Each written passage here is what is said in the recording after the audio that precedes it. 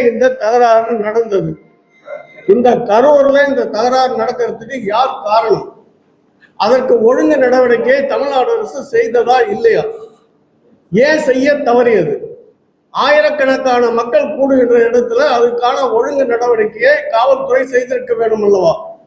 காவல்துறை செய்யாமல் போவதற்கு அதனுடைய தலைமையில இருக்கின்ற அந்த துறை முதலமைச்சருடைய கையில தான் இருக்கு. அந்த முதலமைச்சர் எப்படி இதை நிர்வகிக்கிறார் தமிழ்நாட்டை? தொடர்ந்து இது போல பல கலவரங்கள், இழப்புகள், பல சாதி தகராறுகள், சண்டைகள், இப்படி காவல்துறை மூலமாக எல்லாமே நடந்து கொண்டிருக்கிறது. இதற்கு தமிழ்நாடு அரசு என்ன செய்து கொண்டிருக்கிறது? இதற்கு யாரைத்தான் குற்றம் என்று சொல்லுவது? அந்த குற்றச்சாட்டை சொல்லுகின்ற நிலையிலே தமிழ்நாடு முதலமைச்சர் இல்லையே என்கின்ற வருத்தத்தை தெரிவிப்பதுதான் இந்த அழைப்பு.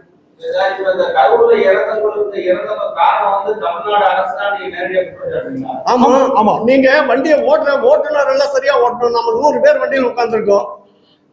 100 பேர் உட்கார்ந்துருக்க வண்டியை கவனமா ஓட்ட வேண்டிய பொறுப்பு யாருடைய கையில இருக்கு? ஓட்டுநருடைய கையில இருக்கு. அந்த ஓட்டுநருடைய கையில இருக்க முதலமைச்சர் ஏன் இப்படி எல்லாம் தமிழ்நாட்டில் இவ்வளவு பெரிய சாவு வருது, இவ்வளவு பெரிய இழப்பு வருது, ஒரு சண்டை தகராறு நடக்கின்ற பொழுதெல்லாம் ஏன் காவல்துறை கையை கட்டி கொண்டிருக்கு? அங்க அவ்வளவு பெரிய கூட்டம் சேர்ந்திருக்கிறார்களே, அந்த மக்கள் எல்லாம் ஆளோடு ஆள் மோதி கொண்டிருக்கும் போது எப்படி விளக்கு அணைக்கலாம்? விளக்கு அணைச்சா அங்க இருக்கிற சிறுவர்களும் பெண்களும் ஆண்களும் எப்படி தப்பிப்பது, எப்படி யாரை யார் கட்டிப்பிடிப்பது, யாரை கைப்பிடிச்சு அழைச்சிட்டு போறது? என்ன நிர்வாகம் இது தமிழ்நாடு அரசு? சன் வருது, நான் வரவேற்கிறேன், சன் செய்தி வந்து. அதனால தமிழ்நாடு அரசு செய்ய வேண்டியதை செய்யவில்லையே. அது யார் ஆள்றாங்கன்றதெல்லாம் அது வேற. நாங்கெல்லாம் வாக்கு போட்டுதான் திமுக வந்துச்சு, நாங்கெல்லாம் வாக்கு போட்டுதான் அண்ணா திமுக வந்தது, நாங்களெல்லாம் உழைச்சுதான் தமிழ்நாட்டினுடைய முதலமைச்சராக யாருனாலும் வரலாம்னு நாங்கள் சொல்லிக்கிட்டு இருக்கோம். அப்படி இருக்கும்போது ஏன் பொதுத்தன்மை இல்லாமல் போயிடுச்சு? எந்த கட்சி ஆட்சிக்கு வந்தாலும், நாளை நாங்களே ஆட்சிக்கு வந்தாலும், தமிழர் தன்னுரிமை கட்சியை ஆட்சிக்கு வந்தாலும், மக்களுக்கு அந்த தேர்தல் முடிந்த முறையில் நாங்கள் பொதுவானவர்கள். எங்க கட்சிக்காரனை ஏதாவது தவறு செய்தாலும் அவனை தண்டிக்க வேண்டியது எங்களுடைய பொறுப்பு.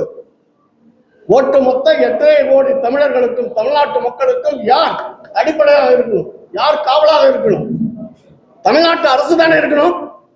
ஆனா தமிழ்நாட்டு முதலமைச்சர் பாஜகத்தில் அறிக்கைவிட்டீங்களா, ஆளாளுக்கு இவ்வளவு ரூபாய் இழப்பீடு, நீங்க அங்க போய் பார்த்துதான் எதையும் அறிவிக்கணும்.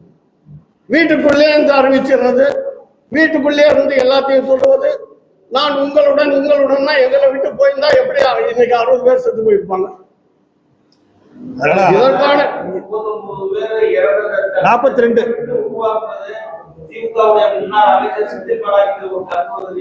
இல்ல, அதாவது தனிப்பட்ட நம்ம சொல்லலங்க. அரசு அரசா நடந்துக்கலாம், மக்களுக்கான ஒரு அரசா இது நடக்குது. செந்தில் பாலாஜி அந்த ஊருக்காரர், அவருக்கும் அந்த பொறுப்பு இருக்கு. எந்த கட்சி ஊர்வலம் நடத்தினாலும் பாதுகாப்பாக நடத்தணும், பாதுகாப்பா நம்ம ஊர் மக்கள் எல்லாம் நல்லா இருக்கணும், சுத்தி வந்திருக்கிறவங்க எல்லாம் நல்லா இருக்கணும்னு நினைக்கிற பொறுப்பு செந்தில் பாலாஜிக்கும் இருக்கு. ஆனா அந்த பாலாஜி மேல குற்றம் சொல்றதா எங்களுக்கு நோக்கம். ஆனால் அவர் அந்த உணர்வு கூட இல்லாமல் இருந்தாரு என்பதுதான் நோக்கம். பாலாஜி அல்ல, யாரா இருந்தாலும் சரி.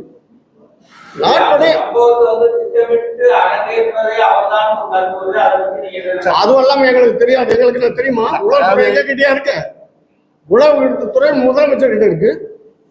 உளவுத்துறை முதலமைச்சர் கேட்கணும், என்ன செந்தில் பாலாஜிக்கும் இதற்கும் என்ன தொடர்பு இருக்கு சொல்லுப்பா. எல்லாரும் இப்படி எல்லாம் சொல்றாங்கன்னு காலையில இருந்த உடனே முதலமைச்சர் அடிக்க விட்டுருக்கணும். இதற்கும் எங்கள் கட்சிக்கும் எங்களுடைய செந்தில் பாலாஜிக்கும் எந்த தொடர்பும் கிடையாது, இது இப்படிதான் நடந்தது என்று முதலமைச்சர் சென்னையில இருந்து அறிக்கை விட்டுருக்கணும். அதுக்கு முன்னாலே சத்தவங்களுக்கு எல்லாம் பணம் கொடுத்தா இது என்ன வழக்கமா? இது யாராவது செத்து போயிடுவாங்க, அவங்க வீட்டுல பணம் வாங்கிட்டு பிழைக்கணும்ன்றது இலவசம் போல இது ஒரு இலவசம், உயிருக்கு இலவசம் தர முடியுமா?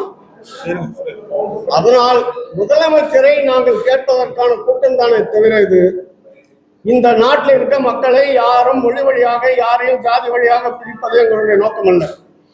திராவிட கட்சிகள் ஜாதி வழியாக பிரித்திருக்கு, ஆனால் அந்த ஜாதியை கூட நாங்கள் வெறுக்கின்றோம்.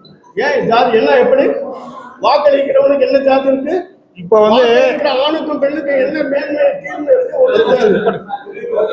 அதனால் அதாவது இப்ப எங்களோட இன்னொரு கோரிக்கை என்னன்னாக்கா, இப்ப எங்க மாநில அரசு சரியா செய்யல, மத்திய அரசும் செய்யணுங்கிறது அந்த கொடுத்திருக்காரு. இதுல சரியான ஒரு தீர்வை எடுத்து இது போல் சம்பவங்கள் இனி வருங்காலத்தில் நடக்கக்கூடாது அப்படிங்கிறத ஒட்டுமொத்த தமிழ் குடி சங்கத்துடைய சாபா நான் வந்து இந்த கருத்தரங்க இந்த பிரஸ் மீட்டை வச்சது. நீங்க அரசியல் வந்து போட்டுங்க வெளியில, ஆட்சி அதிகாரத்தில் இருக்கும்போது போடாது. தனிப்பட்ட முறையில் கட்சி வெளியில வந்து போட்டுங்க. அதிகாரம் என்பது ஆட்சி அதிகாரம். மக்கள் வரிப்பணத்தில் நடத்தக்கூடிய ஒரு அரசு ஒரு சார்பு நிலையில் செயல்பட்டு கொண்டே இருக்கிறதுங்கிறது இன்னும் உச்சநிலைக்கு வந்திருக்கோங்கிற ஒரு அச்ச பயத்துல தான் இந்த செய்தி சொல்றோம். அதனால மத்திய அரசும் மாநில அரசும் நேர்மையாக இது நடந்த சம்பவங்களை தீர விசாரித்து சம்பந்தப்பட்டவர்களுக்கு தண்டனை வழங்க வேண்டும். இது போல் சம்பவம் இனி நடக்காம பார்த்துக் கொள்ளுங்கிறத எங்களுக்கு வேண்டும்.